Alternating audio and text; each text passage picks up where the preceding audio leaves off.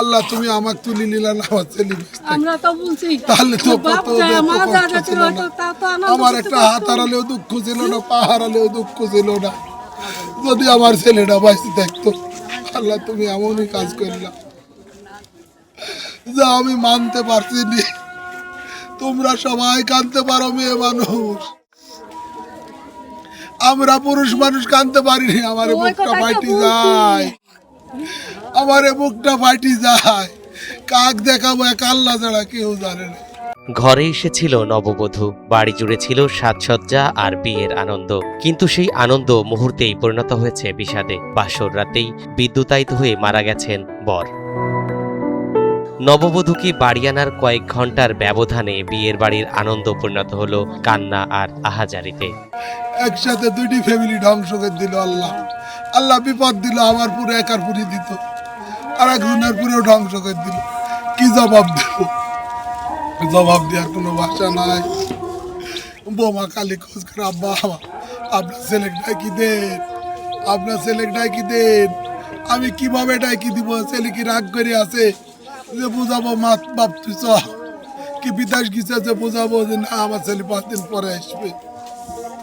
আমি তো ডাকি, আমার ছেলে আমার ডাকে সাড়া দেয় না, কোনো কথা বলে না। আমার বোমাটা মা উঠে গেল, আমার পাগলিক কিভাবে বুঝ দিব? আমার মেয়ে কিভাবে বুঝ দিব?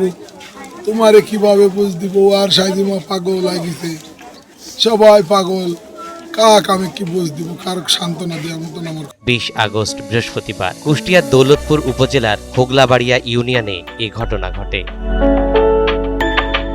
স্থানীয়রা জানান, বৃহস্পতিবার দুপুরে উপজেলার বাহেরমাদি এলাকায় আনাসের বিয়ে হয়।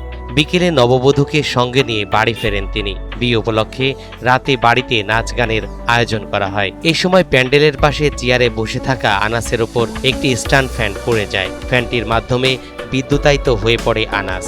পরিবারের সদস্যরা তাকে দ্রুত উদ্ধার করে কুষ্টিয়া জেনারেল হাসপাতালে নেওয়ার চেষ্টা করেন, তবে হাসপাতালে তাকে নেওয়া হয়নি, পথেই মৃত্যু হয় তার। কালকে বিয়ে হয়েছে, এখানে সবাই নাচ গান করছিল, আর ওই ফ্যানে কারেন্ট হয়ে গেছে, আর ওই কারেন্টে ধরে একটা সাথে হসপিটালে নিয়ে হয়। হসপিটালে যাওয়ার পর মৃত অবস্থা।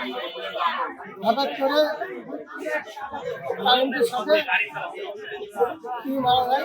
বলেছে দশ দেখে এসে বোর্ডে আবার যায় দাঁড়া আছে, আর ওই দিক একটু সরা ওই বৈদ্যুতিক বাতাসটা দিতে দিছে, ফ্যানের বাতাস, আর ফ্যান কারেন্ট জানে না, আর ওই হাতে দিয়ে কারেন্ট সরকার ওই পড়ে গেছে গায়ের পর। এই তো নিজের লাজাতে মৃত্যু হয়ে গেছে। পরিবার ও স্থানীয়দের ধারণা ফ্যানটি আগে থেকেই বিদ্যুতায়িত ছিল। এ ঘটনায় বিয়ের আনন্দের বাড়িতে নেমে এসেছে শোকের ছায়া। স্বজনদের আহাজারিতে ভারী হয়ে উঠেছে এলাকার পরিবেশ।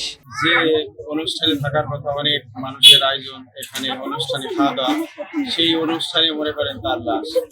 এই মনে করেন মর্মান্তিক ঘটনাতে তার ফ্যামিলিকে কিভাবে বোঝাবো, কিভাবে বুদ্ধি দেবো, মানে বোঝানোর মতো কোনো কিছু নাই।